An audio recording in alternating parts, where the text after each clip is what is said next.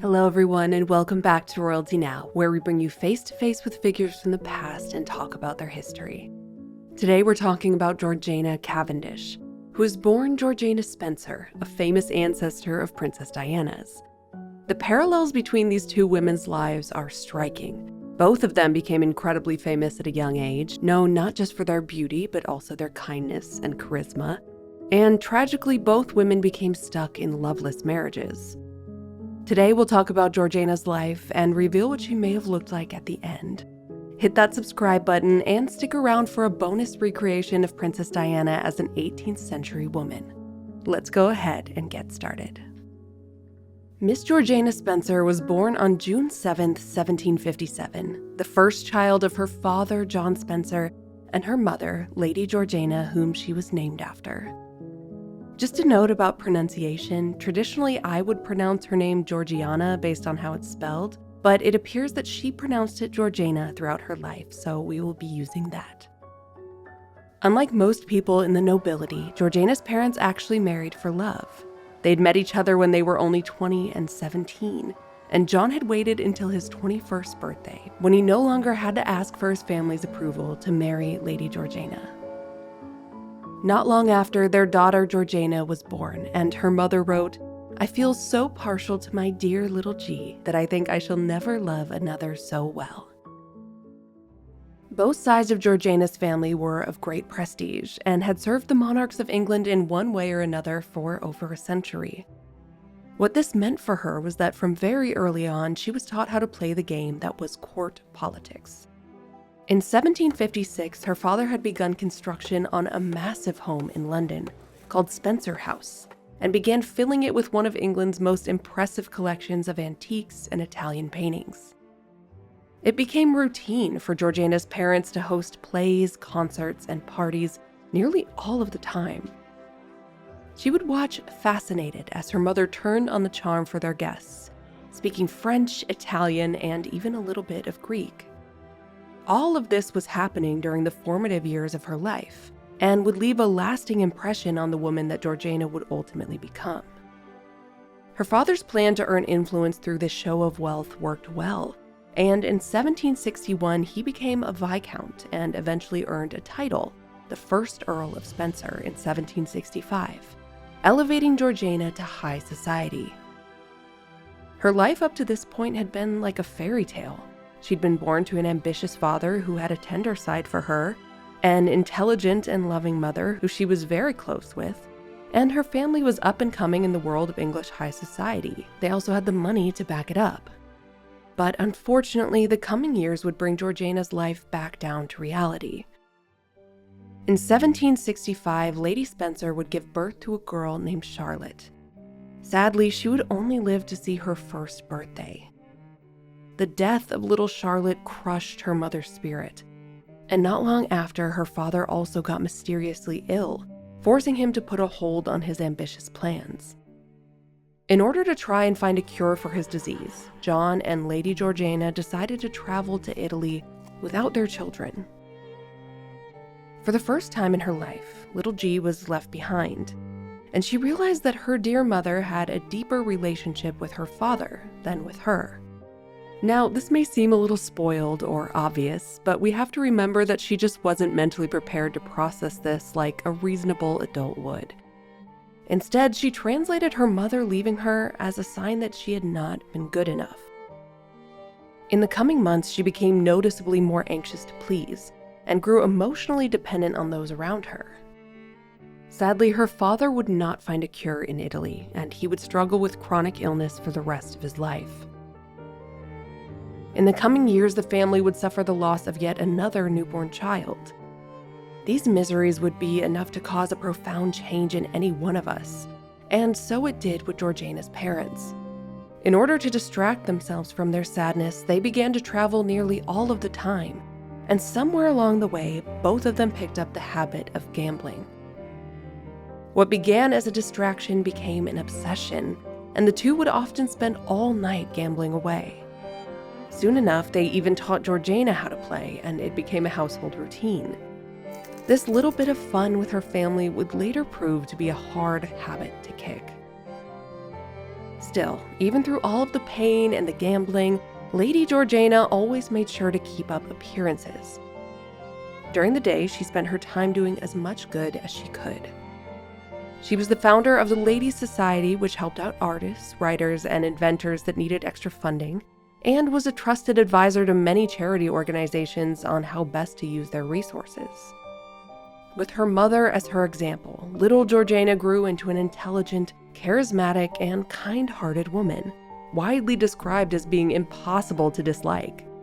But beneath her charming exterior was an insecure woman who was desperate to keep up a mask of perfection at all times. Fair warning, if you keep listening, you might become a sourdough or croissant addict. For the last year, we've been loving today's sponsor, Wild Grain. I've been absolutely transformed from a frozen bread skeptic to a breadaholic, and I'm okay with it. Wild Grain is a bake from frozen subscription box that partners with small bakers and pasta makers across the country to bring you delicious, quality breads, pastas, pastries, and more.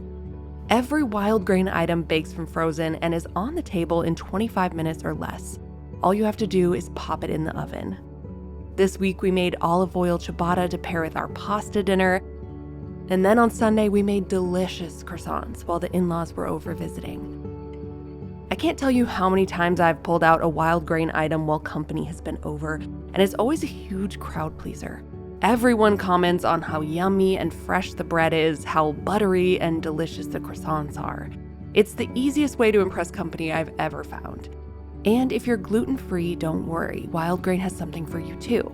There are new gluten-free, vegan, and protein boxes available now.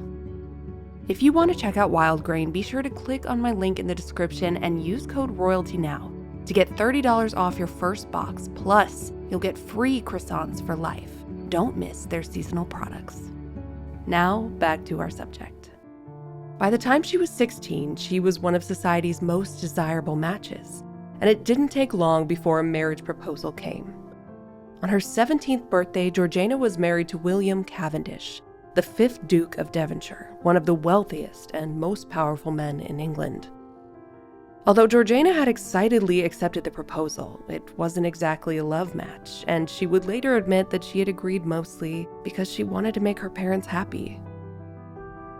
Once the honeymoon was over, it didn't take long for her to realize that her new husband was, well, sort of boring. William, referred to as the Duke, was notoriously reserved, to the point that people who called him a friend described him as being incapable of any strong emotion and destitute of all energy and activity of the mind. In other words, the exact opposite of his lively new wife. But Georgiana always tried to see the best in people, and she was convinced there must be something more to the Duke. She became determined to reach him. Unfortunately, as the time went on, William only seemed to become more distant, and she soon realized that he really wanted her only to give him an heir and be on his arm for social obligations. On most nights, she was left alone while he returned to the same habits he had before he was married. It seemed like her own husband was the only person on earth immune from her charms. With those same feelings of rejection that she felt when she was younger bubbling up, Georgiana also returned to old habits. Her marriage to the Duke had pretty much made her a celebrity, not only in London, but also Europe, and she became a leading figure in society almost overnight. She was fashionable, graceful, and always looked natural, even when she styled her hair preposterously high, which everyone immediately copied. All of this, combined with her wit and charm, meant that everyone wanted to be her friend, and she was happy to have them. Unfortunately, everyone wanting to be your friend doesn't only attract good people. Georgiana found herself gambling again, and because of her addictive nature and an inability to say no to degenerate friends, she continued gambling against her better judgment, leading to a growing debt with the wrong crowd. Sure enough, her debt continued to rise, so much so that many of those around her believed the stress of it led to her not only having one, but 2 miscarriages. Not wanting to reveal her debt to the Duke, she went to her parents. Although her father was furious and her mother was deeply saddened by the fact that Georgiana had kept it a secret from her, they agreed to pay off her debt, with one condition: She had to confess to her husband. With no other real options, Georgiana agreed and told the Duke everything. His only reaction was to calmly ask her how much her parents had paid. The next day, he repaid them and never spoke of the matter again. For Georgiana, this silence, this indifference, was somehow worse than any anger she could have imagined. He didn't care enough to be upset at her. She was truly alone in this marriage. The truth was, William knew what it was like to have secrets. Before their marriage, the Duke had fathered an illegitimate daughter named Charlotte Williams. After the mother's death, the Duke decided that he was going to take full responsibility for her. In the same conversation in which Georgiana learned about the child, she was also asked to help raise her. Although she was extremely upset at the situation, Georgiana took the ordeal with grace and wrote to her mother that little Charlotte was the best-humored little thing you ever saw. She would end up with a soft spot for the girl and raised Charlotte as though she were her own daughter. This was the real Georgiana, a kind and generous woman. She didn't miss a beat, instead diving into Charlotte's life with love and joy. Georgiana showed the girl a kindness that a child who had just lost their mother deserved. Charlotte helped Georgiana to feel less alone, but she still lacked a child of her own. While Georgiana was outwardly popular and vivacious, a lingering loneliness was a near constant in her life. Many people were acquainted with her, but very few actually knew her. That would finally begin to change in 1782. While on a retreat from London with the Duke, Georgiana met a woman named Lady Elizabeth Foster, known as Bess. Bess had recently separated from her husband, a painful break that forced her to leave her 2 young sons behind. Georgiana, being Georgiana, immediately took her under her wing. The 2 women connected instantly, becoming inseparable. They couldn't bear to be parted when the trip was over, so when it came time to return to London, Georgiana asked the Duke if Bess could come live with them, and to her great surprise, he agreed. After years of emotional isolation, Bess's friendship felt as though Georgiana had finally found someone she could be herself with, someone she didn't have to perform for. With Bess, Georgiana didn't have to be charming or agreeable. She could be uncertain, anxious, or even unhappy. Georgiana and Bess had become so close that when Georgiana found out that Bess and the Duke had become lovers, she simply didn't care. Which may seem surprising, but really, what was William to her anyways? The emotional intimacy she had once hoped to find in her marriage had found a home somewhere else, and Georgiana realized that she was actually much happier this way. It's been suggested by historians that Bess and Georgiana may have also been more than friends, and there are many passages in their letters that hint at a more romantic love. The relationship between the 3 may have even been polyamorous. As you can imagine, news of this love triangle didn't go unnoticed for very long. In fact, it was the talk of London. But it was at this moment that Georgiana realized maybe she didn't care about social norms as much as she thought she did. For the first time in her life, she was choosing herself over others. Unfortunately, there was still something the Duke needed from their marriage: an heir. After nearly a decade of disappointment, their unconventional household finally began to grow. First in 1783, when Georgiana gave birth to a daughter who she named after herself, and then with another daughter, Harriet, following soon after. Finally, in 1790, she was able to give the Duke the son he always wanted, named William. Unlike many women of her time, Georgiana was a devoted and hands-on mother. She insisted on nursing her children herself and took genuine joy in raising them. For a while, it seemed as though motherhood had given her what she'd been missing for so long: a sense of purpose and a feeling of being truly needed. But as the years passed and the children got older, Georgiana began to feel restless again. Having finally given the Duke the heir he had always wanted, the expectations placed on her loosened, and for the first time she allowed herself something that she had long been denied. She began a love affair with an emotionally intelligent man named Charles Grey, and although it was just supposed to be a fling, their plans were ruined when William found out that she was pregnant with Charles' baby. He was furious, and without any real discussion, Georgiana was sent away to France for the duration of her pregnancy and birth, without her children, Bess, or anyone else to soften the blow.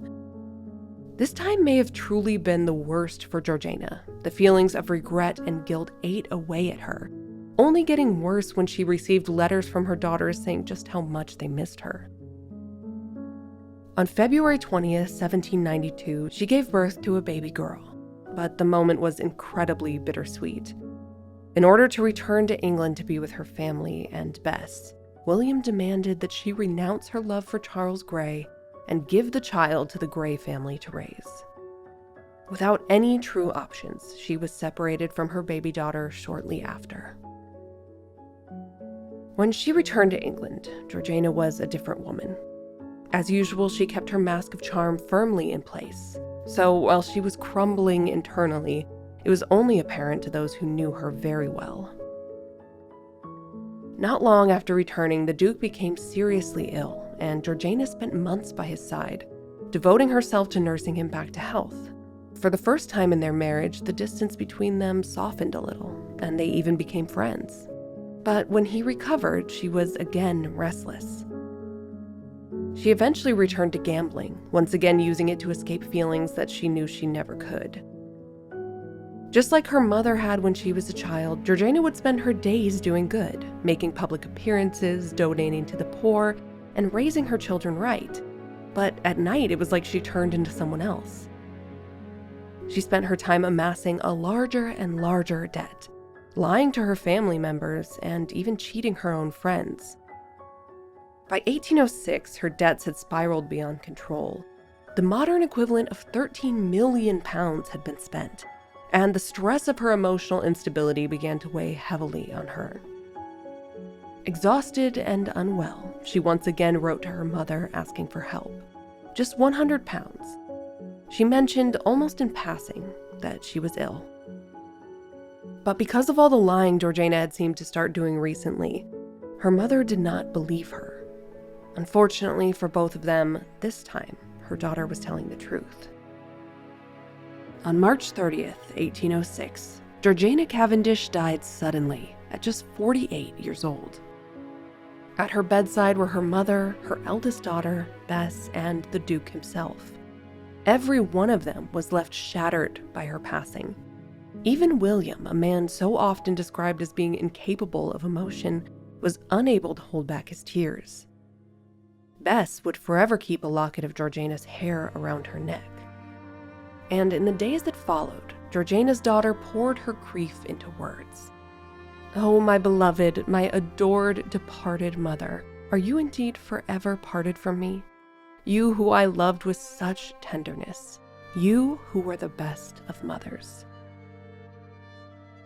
Thousands of people would come to pay their respects to Georgiana Cavendish, the woman they had known not only for her beauty and grace, but her kindness and warmth too. Yet behind that mask that Georgiana so carefully kept up for everyone else was a woman who spent her life quietly asking one question: am I enough? Seen through the lens of history, Georgiana's life feels eerily familiar to us. 2 centuries later, another Spencer woman would capture the world's affection in much the same way. Both were adored for their warmth and grace, yet hurt by the men they desperately wanted to love. In public, they were endlessly admired, but in private, they carried a crushing self-doubt and a deep, isolating loneliness that ultimately led to both of their untimely deaths. So let's talk about what the beautiful, charismatic Georgiana Cavendish really looked like.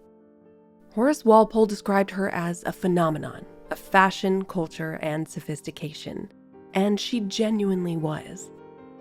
We can't talk about Georgiana's appearance without talking about her amazing trend-setting ability. Georgiana didn't just set trends, she invented them. At her very first ball post-marriage, she wore 6-foot ostrich feathers in her hair, literally sitting on the floor of her carriage on the way to accommodate them. A newspaper wrote the next day that her head was a wonderful exhibition. This was such a hit that ostrich feathers suddenly sold out across London. When she tried something new, a new color, or even a gray powder in her hair, it was instantly copied. She just had that something that made people want to be just like her. We can also see her humor on full display in her fashion.